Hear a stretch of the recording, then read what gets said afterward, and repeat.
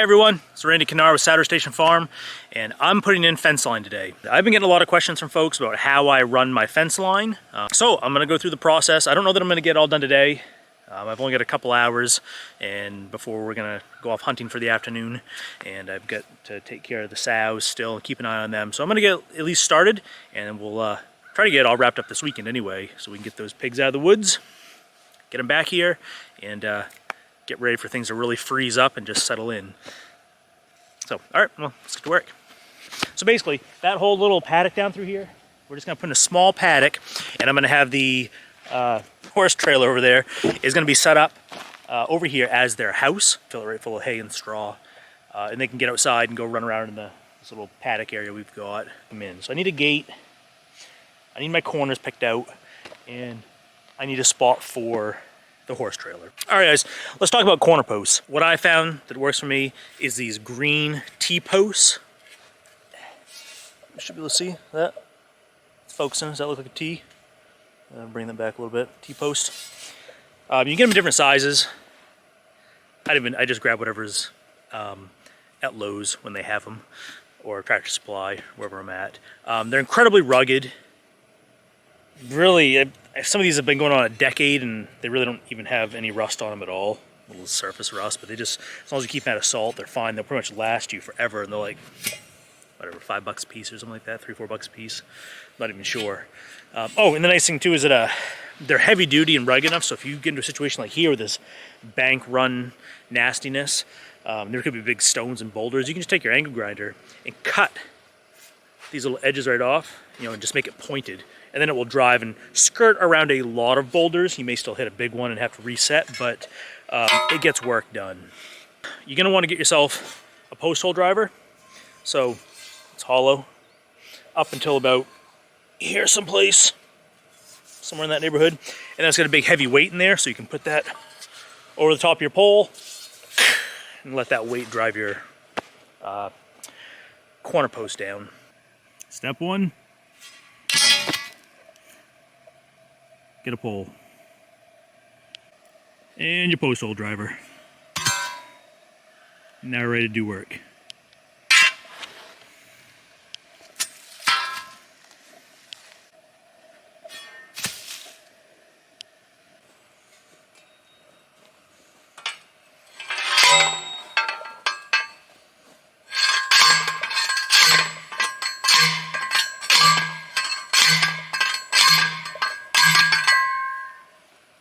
All right, move on to the next one. I'm just gonna show you this really quick too.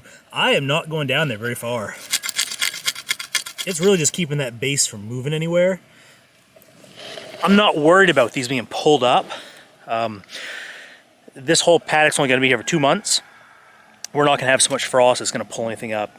Pigs aren't gonna root it up or nothing. That's more than enough for this job. If this were gonna be here longer, I'd go down much deeper, but it's unnecessary. So one of the other things that I like about these poles too is they always have like a painted section to them, which is great because when you're coming down with the post hole driver and you come up, you can get a gauge of where you're at. If that's just green, you can come up high, and if you're cruising right along super hard, it's not uncommon to come and hit that lip right there and then just drive it into yourself. I've been there, it sucks. So having that little bit of space can give you just a little indication like, hey, keeping heads up, you're getting a little too high. If you're going through and you're just putting in one after the other, just cranking with it, getting into a rhythm, sometimes it can be easy to overshoot. So, onwards.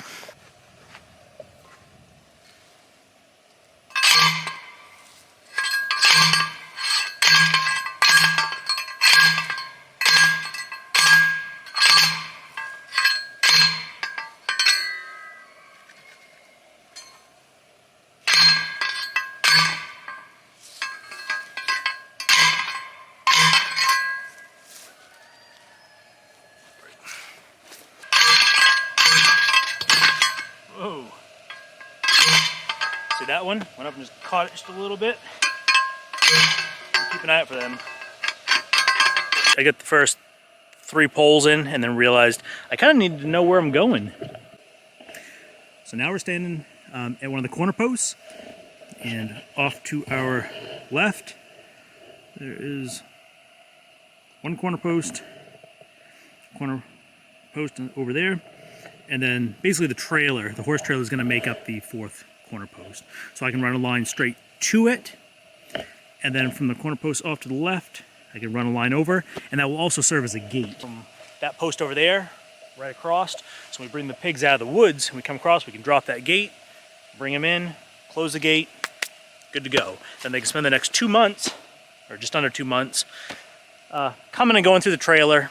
They basically be using that as their house to play with. And so when it comes time to load them up for market, all I gotta do is close the door when they're in there and hook up the trailer and drive off. That's the goal. All right.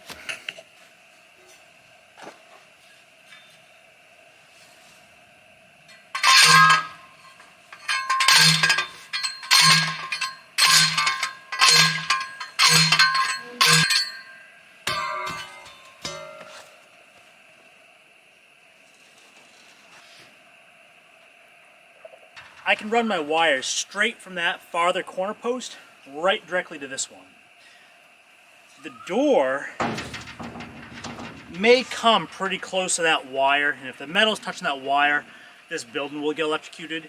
So what I'll probably do is grab another one of these green T-posts and pull this door back just a little bit and drive another one right here. And then I can just tie this handle right off that T-post and the wind won't take it anywhere. And when it comes time to load the piglets up for market, all I gotta do is untie it, close the door. This post can just sit here and this can all just sit here and I can drive off. That's the plan.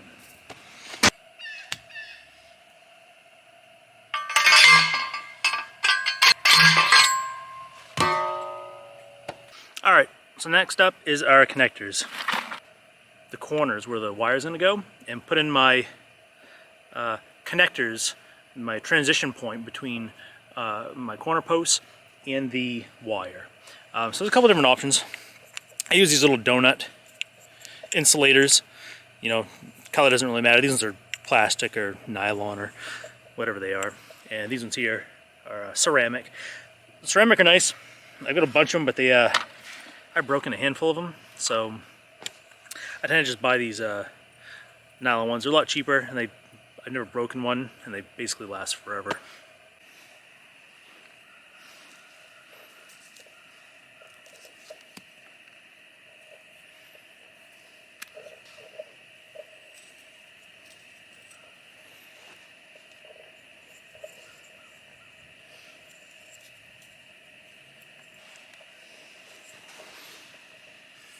That's it, really.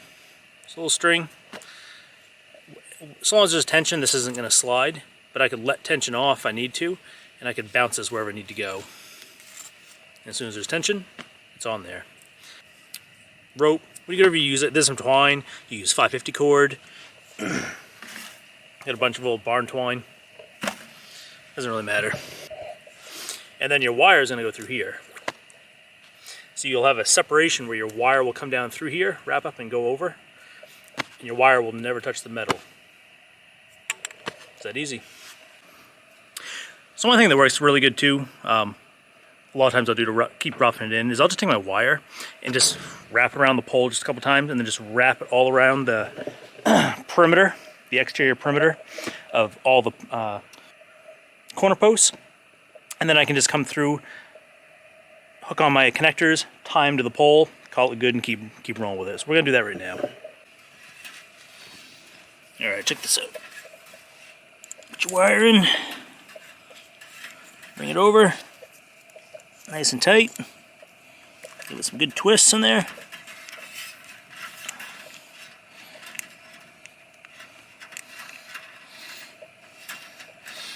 Sometimes this old wire is a pain in the butt to work with. But that's it.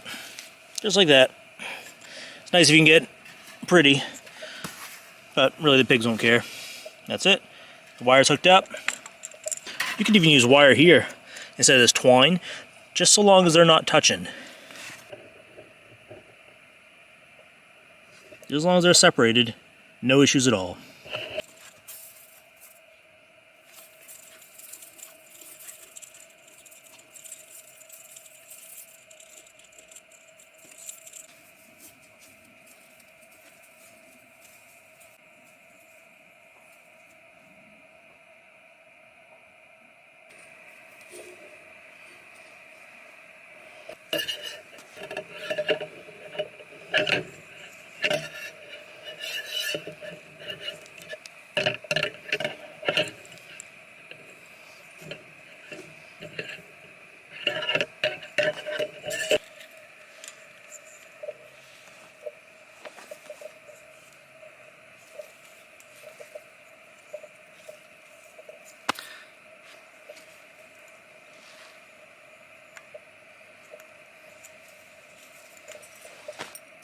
Metal wire, and I've kind of run out. I've got plenty of daylight, but I've got other commitments I have to attend to. So we're gonna pick up. Hello. So I'm gonna pick back up in the next day or two, and we'll get this roughed in. We're gonna put a gate in, and then really we just go through, put in our fiberglass poles, so we can kind of adjust the height, kind of right where we want it. Attach a jumper wire to hello. Attach a jumper wire. Take this off you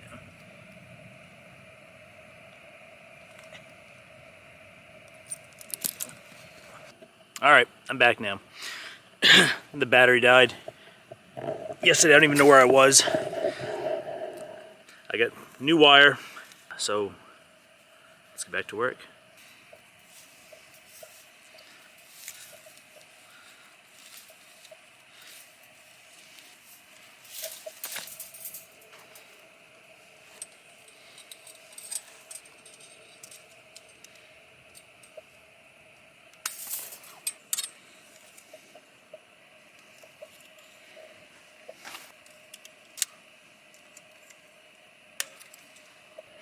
Alright, so we're almost there. It's all pretty much roughed in at this point.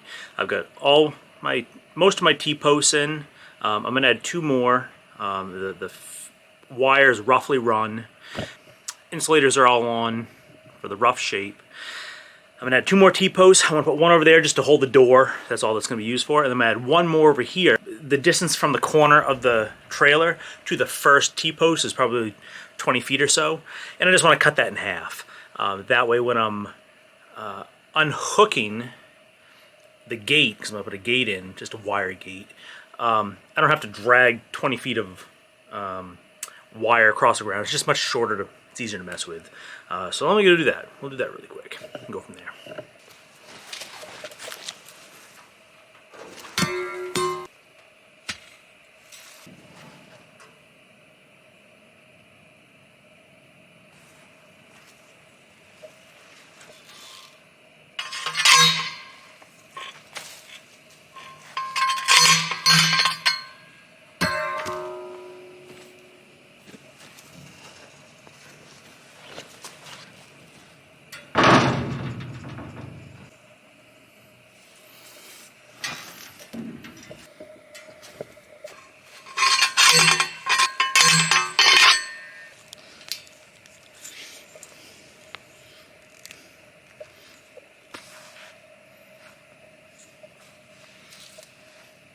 Alright, because I changed my mind, what I'm going to do is cut this wire, attach on a gate handle. I use a bunch of these. These are super slick. This metal has a little spring on it, so you can get tension. Hook it on one side, get something you can hold on to, you can hook it to the other end, so your circuit goes all the way through. It's great, you can just pull it off, open up your area. Pigs can walk in through here, then you come back through and hook it on here and be good to go. Let's break this off over here.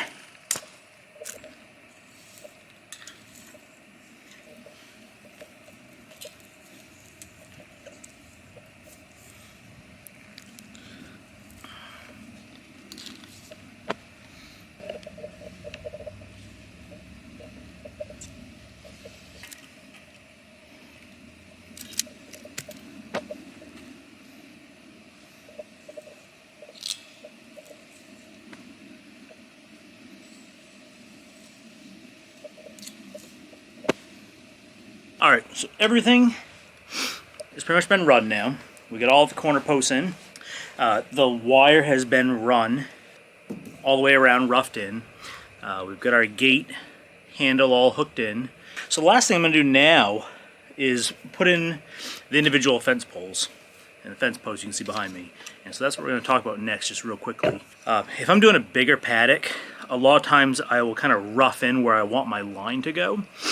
So let's say we're doing like this is, I don't even know, maybe not even a 1/10 of an acre. I don't know, it's super, super small. It's just a temporary holding pen. But my big ones, you know, if I'm doing a 1/2 acre, 3/4 of an acre, a full acre, a couple acres, I will go around the whole perimeter and just drop my fence poles, throw them on the ground, and just kind of rough out where I want to go.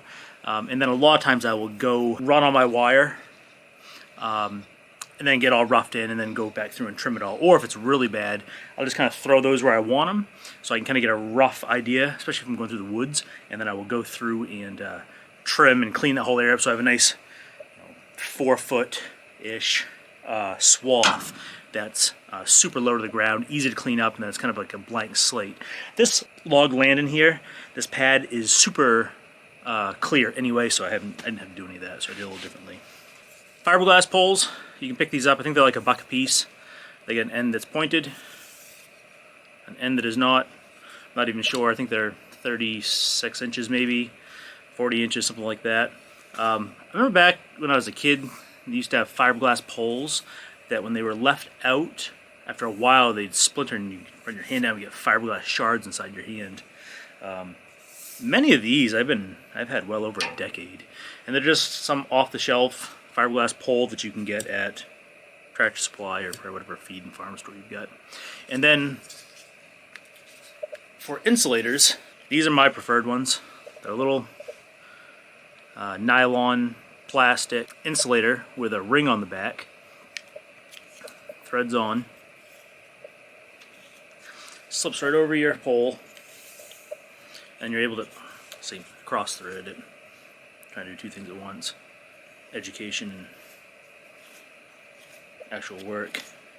So you get a lot of play, but as you tighten it up, it gets stiff. There's no play, doesn't come up or down. These little slots in the front, so you can put your wire in like this, and then it will sit in those little grooves on the sides. So the wire can't easily pop out. If I've already got wire run like this, I'll just turn the whole pole over sideways, put on the wire. There's my wire here, and I'll just show you too. Flip it up, set it where I want, adjust my height wherever it needs to be. I'm good to go. The reason I like these over any other brand is the flexibility to change my height whenever I need to. When you start out with a paddock and you have piglets, you only need to be off the ground 6 inches or so, 8 inches at the most. But as those animals get older, you need to have your wire rising with them, or if grasses get really tall or whatever you need. And these are wicked simple. You just loosen them, drop them wherever you need to go, and just set it and forget it. If the pigs have been on an area for a while and they're really well trained, you'll see them when you go to feed them, like they're coming out to get to the feed bucket and their head's going, their head and neck are way over the fence line, just waiting to get zapped. It's nice just to make a trip around really quick. You can grab each one of these and hold the pole, bump it up 6 inches, big loop around, and you're done. Easy peasy. If you buy those other ones that already have preset heights, you're limited to wherever those presets are. And oftentimes they have like a rod or a nail or something in the bottom of the shaft, and then like a little spot where you put your foot on it so you can step it down into the soil, but you can only go down so far. And sometimes you got really soft soil, maybe you have sandy soil, where you need to drive this sucker down 2 feet so it's solid, because if not, they'll pop it up. Or if you're going down into like a little valley or some spot where you have some undulations in the ground and you're trying to follow that contour, and your line gets tight, 2 high points as your line goes down to, say this is your pole in the center, set it down here, that line comes down. I'll try to do this better in the camera. Your line will come down, and that tension will cause either this insulator to pop up, or sometimes the whole rod will pop. You buy these once. If you don't ding them up and nick them, they will last you a long time. You can actually, if you're very careful, like when we start getting frost on the ground, up until about 2-ish inch, 3 inches, somewhere about there, I can still take a hammer and tap on the end of this very gently and get it just enough to break through that frost, and then it will go into soft ground. if I'm, super running behind and haven't got my fence poles in, need to put in the paddock for some reason. So the only real alternative that I might change and what I'm going to use in this situation, 9 times out of 10 I'm always going to go for this fiberglass rod. It's lightweight, you can get a bunch of them, you can carry them super easy, they last forever. The other alternative is just a piece of rebar. This is probably 3/8 inch rebar. The exact same connectors, no difference. I just throw them on here. They don't go up and down as easily. You end up having to loosen them up a little bit before you can adjust them. But especially for something like this gravel pad where there's a lot of ridiculous rocks and it's hard packed, we drive over this all the time. I'm just going to hammer these down in a little bit, and these can take that kind of abuse. So I do have a handful of these rebar. You can buy them like 20-foot lengths, 10-foot lengths. Just look in the concrete section of your hardware store, and you buy them once, you have them forever. Cut them down to, I don't even know, 26 inches maybe, something along those lines. Just long enough so I can get them in the ground, hold up some wire, and keep the pigs from, or just remind the pigs where we would like them to stay. And that's it. So let's go sink some of these in the ground and get ready to wrap this job up. Alright. So first thing I'm going to do is just going to grab all my poles, and I'm just going to do a big walk around and just dump them where I want them to be. Super efficient.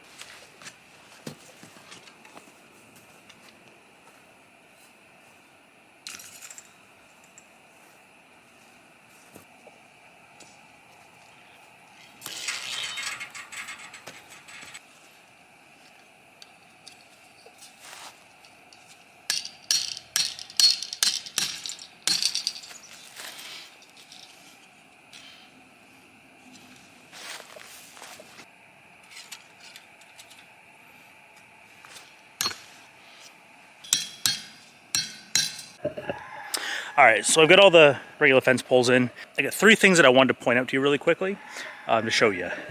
So one, you can see a line here, here, here, and there. When I run my fence line, I don't, I pulled it kind of tight between the metal poles, but this is not high tensile fencing. This does not have to be taut like a tightrope, It can actually be super loose. It doesn't really matter. A lot of times I'll just rough it in just so I don't have a lot of stuff laying on the ground. Kind of pull it kind of taut. And then if I need to, when you're running your actual fence posts, what I do is I actually just swept this whole thing out. So every time I put a fence post in, I pulled it out a little more, and so it's not a perfect square. It actually just went out a little bit. You could zigzag it, put your fence post in so it zigzags. And it's just going to take out that little bit of slack, if there is a little bit. Occasionally you've got to reroute a little section, and you can just take a little piece of wire, like the wire itself, twist it up, take that slack out. Usually just adjusting like every other fence post in and out will kind of tight, but it doesn't have to be rock solid. You can take any of that imperfections out over time when you start to run your line. All right, number two. The lighting isn't the best for this, but you can see on the left here, I've got this fence post that's kind of high. And then on the right, it's kind of high. Right here in the middle, it dips down. Now, it's not a big dramatic dip. It does, kind of come down a little bit down to this plug. And really, there's a little dip here. Just a little shallow impression that I really want to just have that line follow the contour a little bit. So like I was talking about in the trailer, sometimes if you have too much tension with a fiberglass rod, that line tension, if it's tight, can cause that either the insulator to pop up or your rod to pop up. Especially if that's in a very steep dip, like a really steep contour that you're trying to follow, you're more likely to have that happen, especially if you're trying to get it really super, super taut.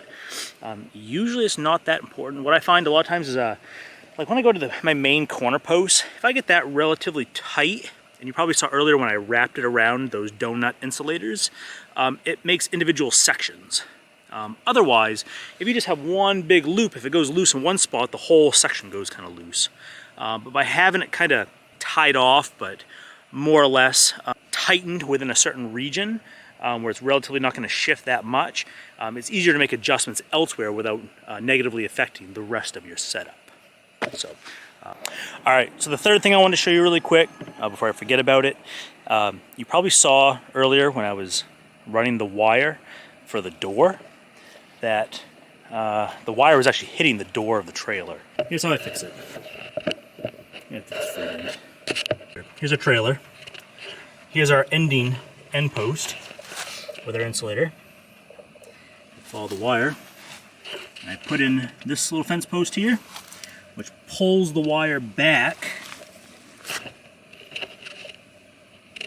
There we go. Pulls it back here, so now we're well off of this. There's a big space there. And there's nothing touching. The door can come all the way up and hit, and there's plenty of a gap there. So even if the pigs smash on that door, it's gonna hit my little backup T-post here, and my wire is below the height of the door, and I use 2 rods just to pull it back a little bit. Simple as that, easy peasy. What you don't want is any way for that wire, when it's energized, to touch that metal pole or that door, because then it's going to just transfer through that trailer, possibly into you or the pigs, and that would suck. That was it for number 3. I just want to point those 3 things out, because I probably didn't hit them earlier. Everything's really pretty much done as it is for the most part. There's a couple little things left to do. I'm not going into the Energizer, solar charger, AC unit, none of that stuff today, because on this project I'm just going to take a piece of the fencing wire and I'm going to wrap it around the line, and I'm going to jump over to our other fence line. So the fence over here off to the left, where it's all muddy and stuff, that's actually live right now. That's hot. This one over here that we just got done building, it's cold. Nothing done to it at all.